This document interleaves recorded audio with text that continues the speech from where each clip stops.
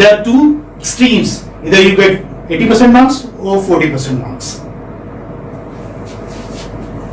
So let us take this symbol. I. See, here it is marked. So you may see that this is front vowel, and this is front close vowel, close position. And when you pronounce it, your lips are spread. E. Let me pronounce them for you first. E. E. This is long E. If see, you may notice that here there are dots. Here also you have dots against the symbol, and here too you have dots. There also. So you have these dots against 5 of these vowels. Out of these 12, 5 have these dots against them, in front of them. So what does that mean? That means they are prolonged vowels. They are prolonged vowels. These are all short vowels and they are prolonged ones. So this is E. Okay. This is E. I'm writing. So what is E? E is a front close unrounded vowel. Front close unrounded. Why? Because your lips do not see when I'm saying unrounded or rounded. When you say oo, your lips are rounded. When you say o, again your lips are rounded. But when you say E, your lips are spread. So this is front close unrounded vowel. Okay. And this is a symbol of this. Where do you have this vowel? E. E you have in words like sheep. Just tell me one or two words from your side. Weak. Weak. Okay. Weak with double E, or say weak with A. Both have long E. Weak. Any other word? Eat. Eat. Good. Eat. Eat. Right? So all these words, they have this sound, E sound, long E sound. Well, we can do one thing. We can write the 3 different positions of this E, like eat, as he said. You may have this initial,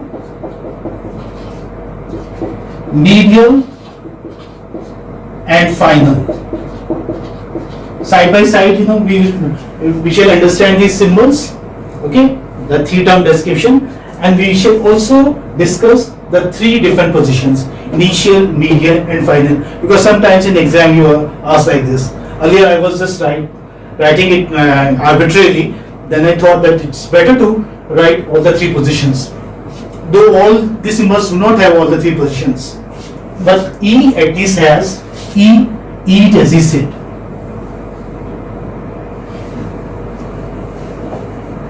Eat. And how do you transcribe it? How do you transcribe? You transcribe eat like this, E and ta, and then you close it between 2 straight lines. This is very important, my dear students.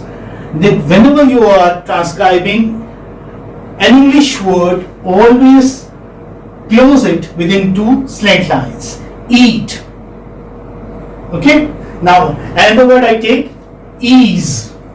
For example, ease. Now this is saw, but this is giving you za sound. That is why IPA symbols are required. That is why you need to study phonetics. If you say ease, this is wrong. Ease. This is how you transcribe it. Ease. Yes. Any other word? East, for example. East. So here you have sa sound. So same letters sometimes give you sa sound and sometimes give you za sound. That is why it is baffling. Okay, it's very confusing.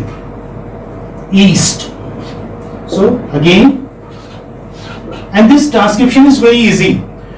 Just if you know the right pronunciation, then you can even transcribe them well. East. So here this E sound is occurring initially. Eavesdrop, a long word you may take. Eaves. You know what does it mean? Eavesdrop. Eavesdrop. Eavesdrop. Yes. Listening somebody talks furtively. Okay?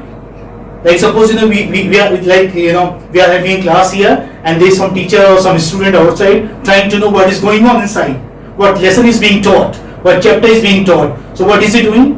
Eavesdropping. He is eavesdropping. Means if somebody tries to know furtively what you are doing, what talk is going on, okay, that is called as eavesdropping.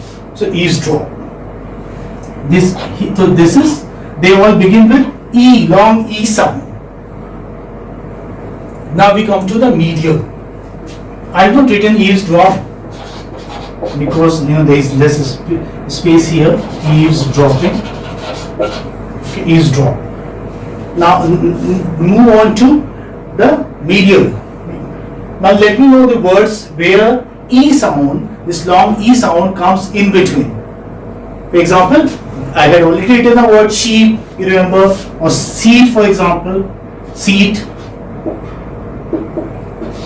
This is seat. I have directly written the transcription. You want me to write this also? Well, this is seat. Seat. Or sheep for that matter. Sheep. Now this is sheep. How do you write? This is sha. Okay. And this is E. And this is pa. Remember, we don't call it P. We call it pa. And this is sha. This is not there in the English alphabet. We have this. And if we want to make sha, then we combine it with H. This SH gives us this sound, sheep. Yes. More words? Bead, for example, bead. Bead that you count.